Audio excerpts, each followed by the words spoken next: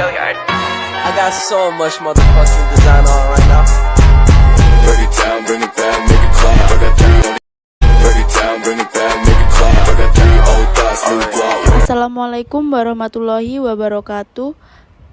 Kami dari kelompok 4 yang beranggotakan Rizka Salsabila Putri, Fernanda Aurelia, Azizah Rusita Devi, dan Arin Reva Deviana ingin menyampaikan hasil diskusi dari kelompok kami yang berjudul Mortalitas di Kota Yogyakarta tahun 2017. Definisi mortalitas sendiri ada dua, yaitu yang pertama, mortalitas atau kematian menurut salah satu dari 3 komponen demografi selain fertilitas dan migrasi yang dapat mempengaruhi jumlah dan komposisi umur penduduk.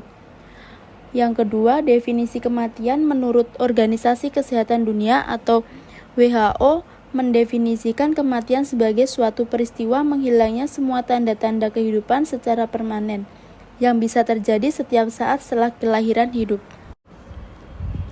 Penyebab kematian sendiri ada 3, yaitu yang pertama, kematian dewasa pada umumnya disebabkan karena penyakit menular, penyakit degeneratif atau penyakit yang mengiringi proses penuaan seperti jantung, diabetes, stroke, kecelakaan atau gaya hidup yang beresiko terhadap kematian. 2. Kematian bayi dan balita umumnya disebabkan oleh penyakit sistem pernapasan bagian atas atau ISPA dan diare yang merupakan penyakit karena infeksi penuaan. Yang ketiga, faktor gizi buruk juga menyebabkan anak-anak rentan terhadap penyakit menular sehingga mudah terinfeksi dan menyebabkan tingginya kematian bayi dan balita di suatu daerah. Terdapat indikator mortalitas. Bermacam-macam indikator mortalitas atau angka kematian yang umumnya dipakai adalah 1. Angka kematian kasar, 2. Angka kematian menurut umur, 3. Angka kematian bayi. Angka kematian bayi tersebut ada 2, yaitu angka kematian neonatal dan angka kematian postneonatal. 4. Angka kematian anak. 5. Angka kematian balita. Dan yang terakhir, angka kematian ibu. Angka kematian kasar AKK atau crude death rate. Angka yang menunjukkan besarnya kematian yang terjadi pada suatu tahun tertentu untuk setiap 1000 penduduk. Angka ini disebut kasar karena belum memperhitungkan umur penduduk. Penduduk tua mempunyai risiko kematian yang lebih tinggi dibandingkan dengan penduduk yang masih muda. Kegunaan angka kematian kasar ini sebagai indikator sederhana yang tidak memperhitungkan pengaruh umur penduduk. Dengan rumus CDR sama dengan D dibagi P dikali K. D adalah jumlah kematian pada tahun tertentu dan P adalah jumlah penduduk pada pertengahan tahun tertentu dan K adalah bilangan konstanta 1000 penduduk. Berdasarkan hasil pencatatan yang kami dapat, tercatat sebanyak 2.757 kematian, sehingga angka kematian kasar tersebut diperkirakan sebesar 410,921 juta jiwa, sehingga angka kematian kasar yang terhitung sebesar 6,70. Angka kematian kasar di kota Yogyakarta tahun 2017 yaitu 6,70. Artinya, bahwa dari 1000 penduduk terjadi kematian 6-7 orang. Kematian bayi atau infant mortality rate, yaitu kematian bayi yang terjadi antara saat setelah bayi lahir sampai bayi belum berusia tepat 1 tahun. Banyak faktor yang dikaitkan dengan kematian bayi. Secara garis besar, dari sisi penyebab kematian bayi ada 2 macam, yaitu endogen dan eksogen. Nah, kemudian apa sih kegunaan angka kematian bayi? Kegunaan angka kematian bayi yang pertama untuk menggambarkan keadaan sosial ekonomi masyarakat di mana angka kematian itu dihitung. Yang kedua, angka kematian bayi mencerminkan tingkat kesehatan ibu karena penyakit yang dibawa oleh bayi sejak dalam kandungan ibu memiliki resiko untuk menyebabkan kematian pada bayi. Dan yang ketiga, kegunaan angka kematian bayi untuk pengembangan perencanaan perbedaan antara kematian neonatal dan kematian bayi yang lain. Selanjutnya, untuk menghitung angka kematian bayi, rumusnya adalah sebagai berikut. Angka kematian bayi sama dengan D 0 tahun dibagi sigma lahir hidup lalu dikali konstanta, di mana D0 tahun adalah jumlah kematian bayi yang berumur kurang dari 1 tahun pada 1 tahun tertentu di daerah tertentu, dan sigma lahir hidup adalah jumlah kelahiran hidup pada 1 tahun tertentu di daerah tertentu, dan K adalah bilangan konstanta 1000.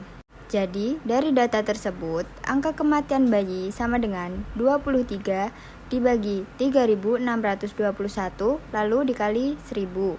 Hasilnya adalah 6,35. Artinya, terlihat bahwa dari 1000 kelahiran hidup di kota Yogyakarta terjadi kematian bayi sebanyak 6-7 bayi. Selanjutnya ada kematian bayi endogen atau neonatal. Kematian neonatal adalah kematian yang terjadi sebelum bayi berumur 28 hari. Angka kematian neonatal adalah jumlah kelahiran hidup yang meninggal pada 28 hari pertama kehidupan per 1000 kelahiran hidup pada tahun tertentu.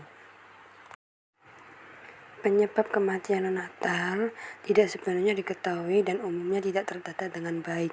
Namun, kematian ini berhubungan dengan kondisi waktu hamil atau melahirkan secara prematur di bawah 37 minggu, berat badan lahir rendah, infeksi aksia, kondisi di mana tubuh tidak cukup memperoleh cukup oksigen untuk menyuplai seluruh tubuh, atau jumlah karbon dioksida yang berlebihan dalam tubuh, dan neonatal tetanus. Berikut angka kematian neonatal yang ditemukan pada tahun 2018.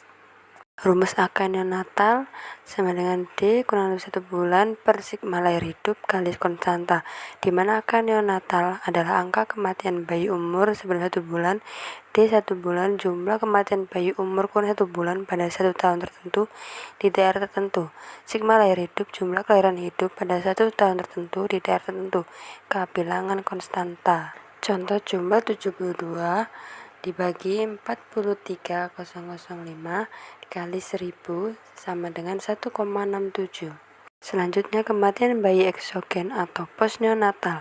Kematian postneonatal atau disebut dengan kematian bayi endogen adalah kematian bayi yang terjadi setelah usia 1 bulan sampai menjalani usia 1 tahun yang disebabkan oleh faktor-faktor yang berkaitan dengan pengaruh lingkungan. Selanjutnya adalah angka kematian balita atau AKBA mulai 0 sampai 4 tahun, under 5 mortality rate. Konsepnya adalah anak balita atau bawah 5 tahun, yaitu semua anak termasuk bayi yang baru lahir yang berusia 0 sampai menjelang tepat 5 tahun atau 4 tahun 11 bulan 29 hari. Pada umumnya ditulis dengan notasi 0 sampai 4 tahun.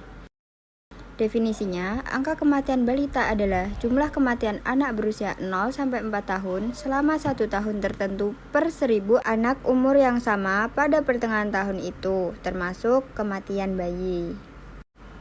Selanjutnya, untuk mencari angka kematian balita, rumusnya adalah AK balita sama dengan D 0 sampai 4 tahun dibagi sigma P 0 sampai 4 tahun lalu dikali konstanta, di mana di 0 sampai 4 tahun adalah banyaknya kematian anak berusia 0 sampai 4 tahun pada 1 tahun tertentu di daerah tertentu, dan sigma P 0 sampai 4 tahun adalah jumlah penduduk berusia 0 sampai 4 tahun pada pertengahan tahun tertentu di daerah tertentu, dan K adalah bilangan konstanta 1000.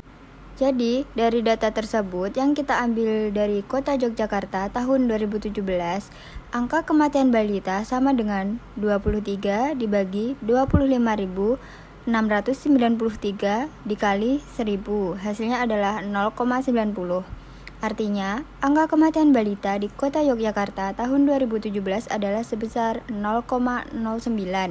Artinya, dari 1000 balita terjadi kematian 0 sampai 1 kematian balita dalam 1 tahun. Angka kematian ibu.